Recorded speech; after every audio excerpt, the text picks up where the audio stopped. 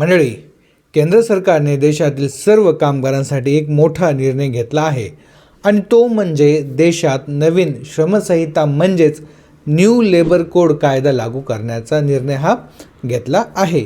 या निर्णयामुळे देशातील कामगारांना मोठा फायदा होणार असल्याचे सांगितले जात आहे।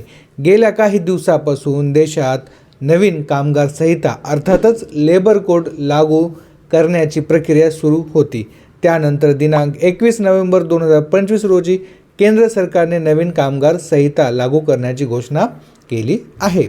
मंडळी, या नवीन लेबर कोडमुळे तब्बल देशातील 40 कोटी कामगारांना सुरक्षा कवच देण्यासह सर्व कामगारांना वेळेवर आणि किमान वेतनाची हमी देण्यात येणार असल्याची माहिती ही केंद्रीय कामगार न्याय मंत्री मनसुख मांडवी यांनी दिली आहे। नमस्कार मंडळी, मी निलेश पुंड, तुम्ही पाहत आहात अरुणा फाउंडेशन यूट्यूब चॅनल।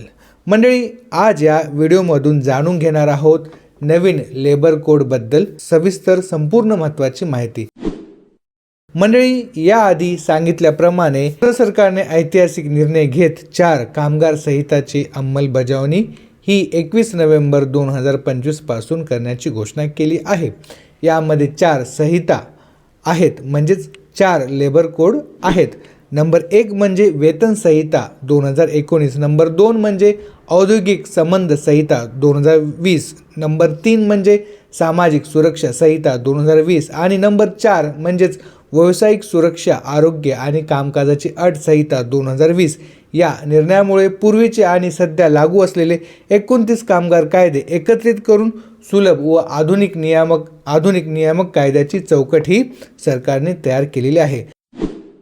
मंडळी, आता आपण जाणून घेऊया नवीन कामगार कायद्यामध्ये झालेल्या बदलांबद्दल महत्त्वाची माहिती।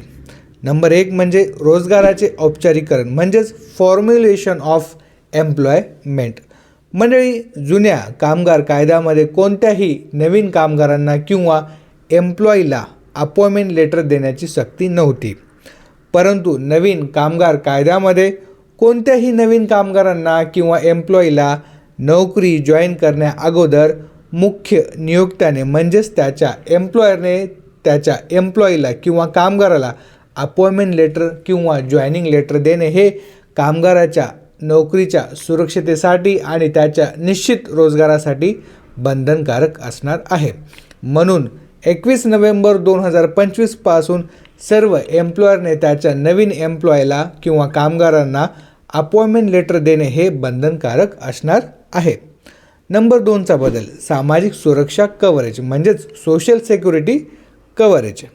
मंडळी, जुन्या कामगार कायद्यामध्ये सामाजिक सुरक्षा कव्हरेज म्हणजेच सोशल सिक्युरिटी कव्हरेज जसे की PF, ESIC आणि हेल्थ इन्शुरन्स अशा प्रकारचे सुरक्षा कव्हरेजचा लाभ हा ठराविक कामगारांना किंवा एम्प्लॉईला त्यांच्या एम्प्लॉयरकडून देण्यात येत होता।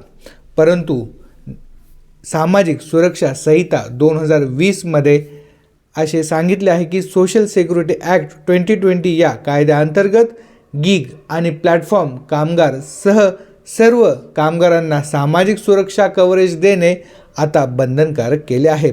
थोडक्यात सांगायचं झाल्यास कुठल्याही क्षेत्रामध्ये काम करणाऱ्या कामगाराला PF, ESIC आणि इतर सामाजिक लाभाच्या योजनेचा लाभ एम्प्लॉयरने करून दिला गेला पाहिजे। नंबर 3चा बदल किमान वेतन म्हणजेच मिनिमम वेजेस। मंडळी, जुन्या कामगार किमान वेतन कायद्यामध्ये मिनिमम वेजेसची अट ही काही अनुसूचित म्हणजेच शेड्यूल आस्थापना म्हणजेच इस्टॅब्लिशमेंट कंपन्या किंवा इतर उद्योगांमधील कामगारांना मिनिमम वेजेसची अट ही लागू होती, परंतु आता नवीन वेतन संहिता 2019 म्हणजेच मिनिमम वेजेस ॲक्ट 2019 नुसार सर्व कामगारांना किमान वेतन देण्याचा अधिकार या कायद्यानुसार दिला गेला आहे।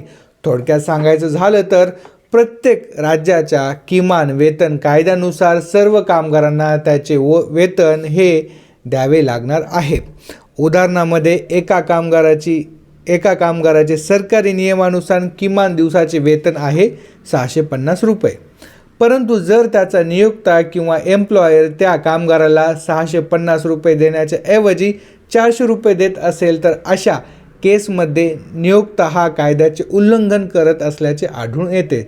तसेच दिले जाणारे वेतन हे या कायद्यानुसार महिन्याच्या 7 तारखेपर्यंत देणे हे अनिवार्य असणार आहे. नंबर 4चा बदल, प्रतिबंधक आरोग्य सेवा म्हणजेच प्रिव्हेंटिव्ह हेल्थ केअर. मंडळी, जुन्या कामगार कायद्यामध्ये कोणत्याही कामगारांना त्याच्या एम्प्लॉयरकडून मोफत आरोग्य तपासणी करण्याची सुविधा उपलब्ध नव्हती. परंतु नवीन कायद्याद्वारे प्रत्येक 40 किंवा त्यापेक्षा जास्त वय असणाऱ्या कामगाराची मोफत वर्षामधून एकदा आरोग्य तपासणी करणे हे प्रत्येक एम्प्लॉयरला म्हणजेच त्याच्या नियोक्त्याला आता बंधनकारक असणार आहे. नंबर 5चा बदल, महिला कामगारांचा सहभाग म्हणजेच वुमेन वर्कफोर्स पार्टिसिपेशन. मंडळी, जुन्या कामगार कायद्यामध्ये महिलांना रात्रीच्या शिफ्टमध्ये आणि काही विशिष्ट व्यवसायामध्ये त्यांच्या नोकरीवरती निर्बंध होते.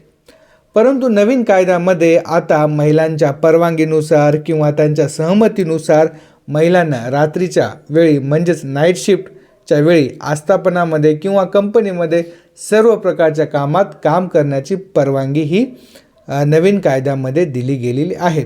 परंतु यामध्ये महिलांच्या सुरक्षतेची काळजी व उपाययोजना करून तसेच त्यांची परवानगी घेऊनच प्रत्येक कंपनीच्या एम्प्लॉयरनी रात्रीच्या वेळेस त्यांच्याकडून काम करून घ्यावे. नंबर 6चा बदल, एम्प्लॉई स्टेट इन्शुरन्स कव्हरेज म्हणजेच ESIC. मंडळी, आपल्याला माहीत आहे जुन्या कामगार कायद्यामध्ये ESIC कव्हरेज हे अधिसूचित क्षेत्र म्हणजेच लिमिटेड इंडस्ट्रीज पुरते आणि विशिष्ट उद्योगापुरतेच मर्यादित होते. तसेच 10 पेक्षा कमी कर्मचारी असलेल्या आस्थापनांना किंवा इतर कंपनींना या ESICच्या कायद्यामधून वगळण्यात आले होते आणि काही इतर धोकादायक कारखान्यामध्ये काम करणाऱ्या कामगारांना संपूर्ण भारतामध्ये एक समान ESIC कव्हरेज हे नव्हते. परंतु आता नवीन कामगार कायद्यानुसार ESIC कव्हरेजचे फायदे संपूर्ण भारतातील कामगारांसाठी एक समान केलेले आहेत. तसेच 10 पेक्षा कमी कर्मचारी असलेल्या आस्थापनांसाठी किंवा कंपनीसाठी ESICची नोंदणी करून त्यांच्या कामगारांना ऐच्छिक म्हणजेच व्हॉलंटियर आधारे कामगारांना ESICचा लाभ देणे हा अनिवार्य केला आहे. तर मंडळी, हे होते नवीन कामगार कायद्यामध्ये झालेले महत्त्वाचे बदल. यासोबत या कायद्यामध्ये विविध क्षेत्रातील कामगारांना या कायद्यानुसार अनेक लाभ हे दिले गेलेले आहेत. यासाठी तुम्ही डिस्क्रिप्शन बॉक्समध्ये दिलेल्या लिंकवरती क्लिक करून नवीन कामगार कायदे व त्यांचे फायदे या माहितीची PDF तुम्ही डाउनलोड करू शकता.